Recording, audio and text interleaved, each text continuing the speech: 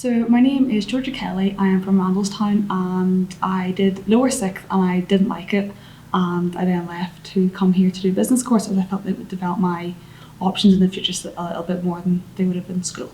So we did health and safety in first year, and it was something that quite interested me already as my mum does it, and we did a module in that and I was able to then do work experience which involved a lot of health and safety, so it was something that I was quite interested in. We've done 2 or 3 accounting units which have developed our skills in finance and understanding how business finances work. We have done international business, which is basically just about different relations between countries and how international business works, which is a very, very important aspect of businesses as many operate overseas.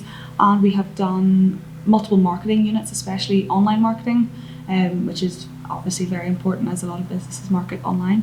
So I would like to go into the world of work. I have applied for uni and I've got 5 offers from Queen's and Jordanstown, but I'm just not really sure at the moment, especially with COVID, what I want to do. But it is an option for me.